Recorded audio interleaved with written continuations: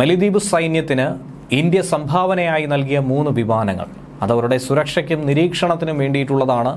എന്നാൽ അതിപ്പോൾ പ്രവർത്തിപ്പിക്കാൻ ആളില്ലാത്ത, അതിന് കഴിവുള്ള പൈലറ്റുമാരില്ലാത്തൊരവസ്ഥ തുറന്നു തന്നെ സമ്മതിക്കേണ്ട ഒരു ഗതികേടിലേക്കാണ് മലദ്വീപ് എത്തിയിരിക്കുന്നത്. മലദ്വീപ് പ്രതിരോധ മന്ത്രിയായ ഗസൻ മമൂണാണ് ഇക്കാര്യം തുറന്നു പറയുന്നത്.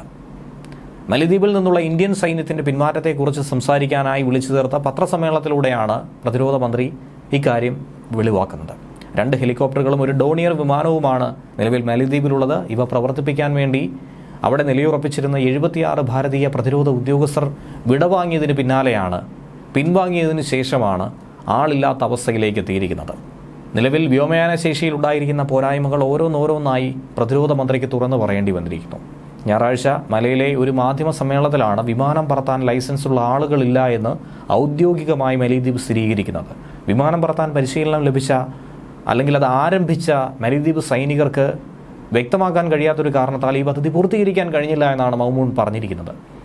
മാധ്യമപ്രവർത്തകൻ ഒരു ചോദ്യം ഉന്നയിച്ചപ്പോൾ അതിന് ഉത്തരമായി ഇന്ത്യ നൽകിയ 2 ഹെലികോപ്റ്ററുകളും ഒരു ഡോണിയർ വിമാനവും പറത്താൻ കഴിവുള്ള ആരും തന്നെ ഇപ്പോൾ മലദ്വീപ് ദേശീയ പ്രതിരോധ സേനയിൽ ഇല്ല എന്ന് മന്ത്രിക്ക് തുറന്നു പറയേണ്ടി വന്നു. ഇന്ത്യൻ സൈനികരുടെ കീഴിൽ ഇവർക്കുള്ള പരിശീലനം നടത്തിയിരുന്നു. അത് പൂർത്തിയാക്കും മുൻപാണ് പിൻവാങ്ങൽ ഉണ്ടായത്. അപ്പോൾ അത് ഒന്നും തന്നെ ഇല്ലാത്ത അവസ്ഥയിലേക്ക് എത്തിയിരിക്കുന്നു. ഒരു ഉപയോഗവുമില്ലാത്ത അവസ്ഥയിൽ മാറിയിരിക്കുന്നു. ഇരു രാജ്യങ്ങളും തമ്മിലുള്ള കരാറിന്റെ ഭാഗമായി ഫെബ്രുവരിയിൽ നിശ്ചയിച്ച സമയപരിധി പാലിച്ച് അവസാനത്തെ ഭാരതീയ സൈനികനും വെള്ളിയാഴ്ചയാണ് മലദ്വീപ് വിട്ടത്. ചൈന അനുകൂല നിലപാടുകൾ, ചൈനീസ് അനുഭാവം പുലർത്തിയ ഒരു ഭരണ സംവിധാനം ഇപ്പോൾ മലദ്വീപിലുണ്ടായപ്പോൾ മലദ്വീപ് പ്രസിഡന്റ് മുഹമ്മദ് മുയ്സു 2023 നവംബറിൽ അധികാരമേറ്റതിന് പിന്നാലെയാണ് ഇന്ത്യക്കെതിരായിട്ടുള്ളൊരു വികാരം അവിടെ പൊട്ടിപ്പുറപ്പെട്ടത്.